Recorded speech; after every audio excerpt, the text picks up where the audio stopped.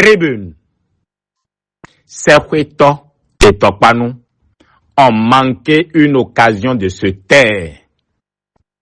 Sekweto et Tokpanou ont manqué une occasion de se taire.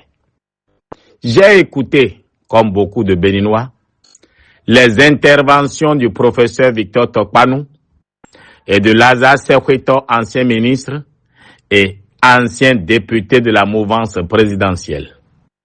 En les écoutant, j'ai éprouvé une profonde tristesse pour notre démocratie et une pensée particulière pour l'ancien président de la République, aujourd'hui président du Sénat, Patrice Talon.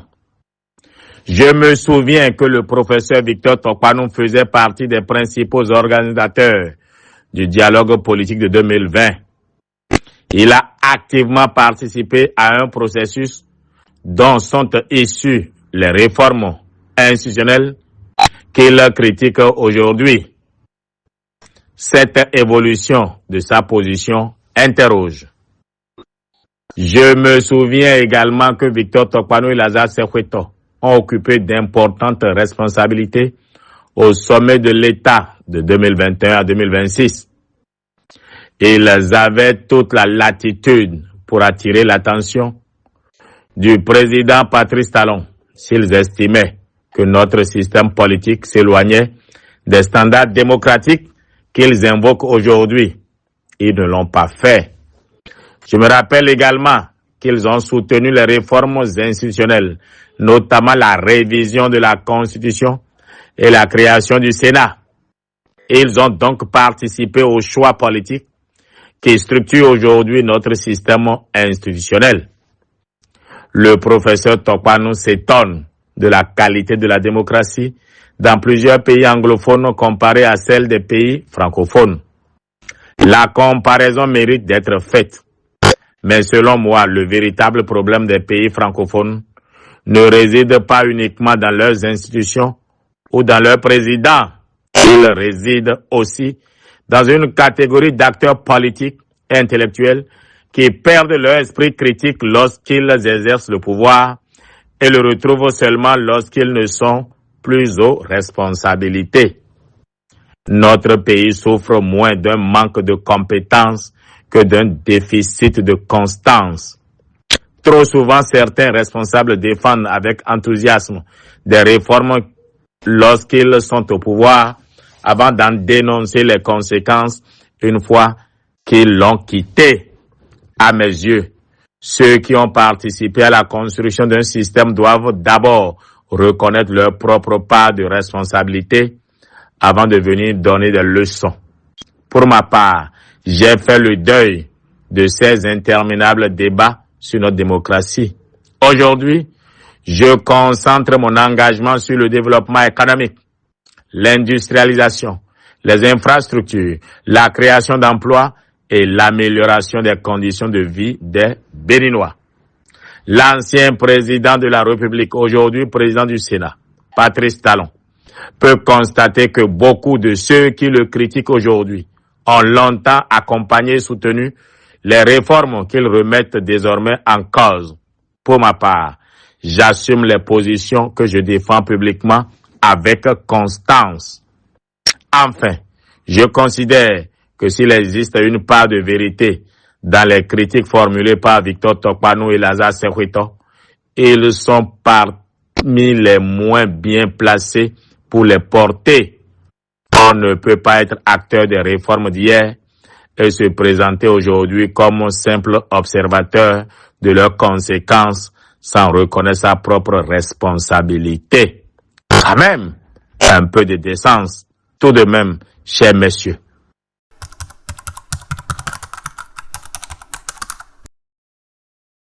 Depuis quelques années, je fais du comparé et je suis de plus en plus mal à l'aise devant certains débats.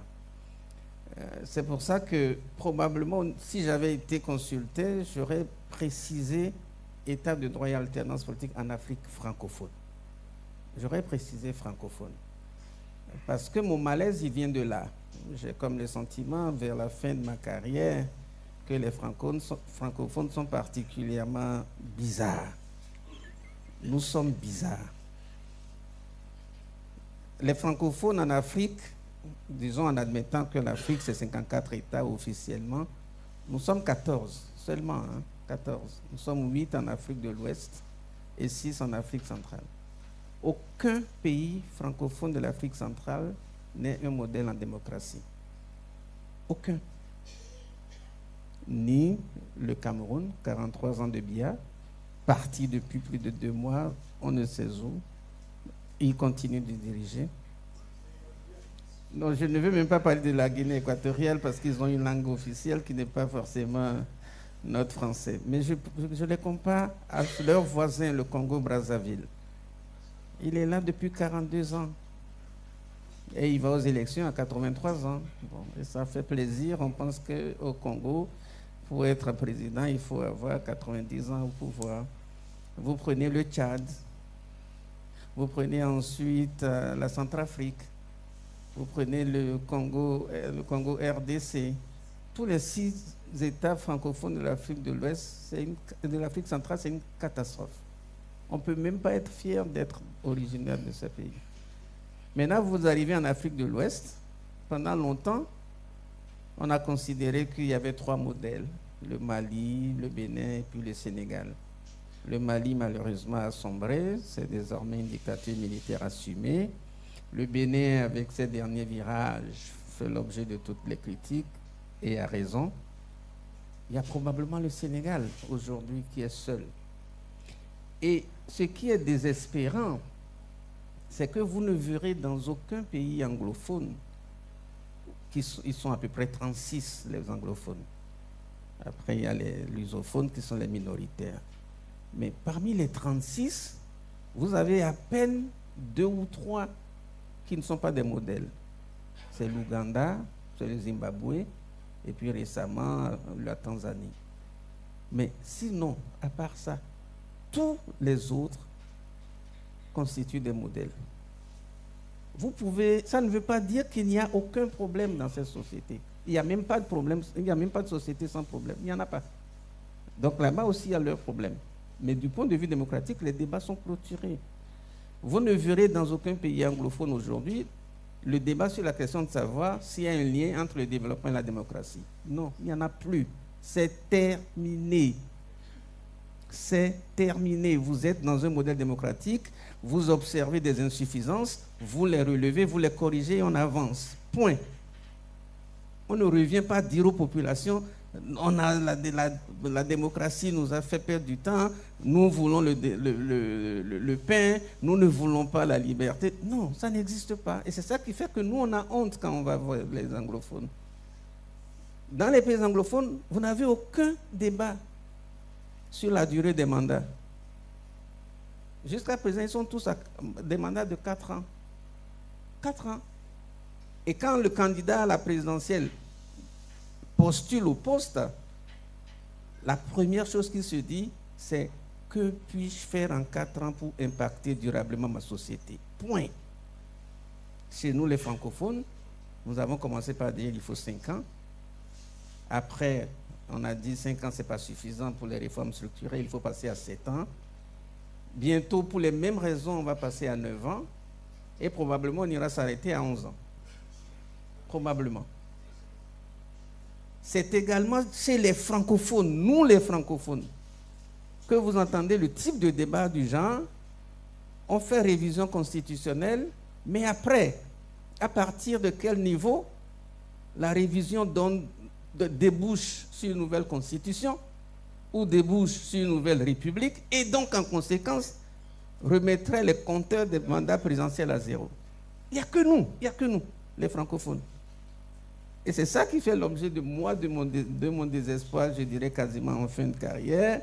Et quand je viens m'asseoir pendant des heures, que je constate que c'est toujours pour le même débat, vous comprenez que je n'ai pas envie de poser de questions, vous comprenez que je n'ai rien à ajouter, sauf à vous exprimer mon désarroi, que je souhaiterais que vous partagiez pour qu'on avance. Pour qu'on avance. Moi, j'aurais pris ce thème-là, il aurait fait plusieurs thèmes séparés. État de droit en Afrique de l'Ouest, point. alternance politique en Afrique de l'Ouest, c'est un sujet à part. Etc. La question de développement, de stabilité. C'est quoi la stabilité? J'ai vu tout à l'heure avec le professeur Rancourt que lui-même, il lui a donné un sens qui est différent de ce qu'on aurait pu imaginer. Est-ce l'absence de guerre? Est-ce l'absence de prise de pouvoir par les armes?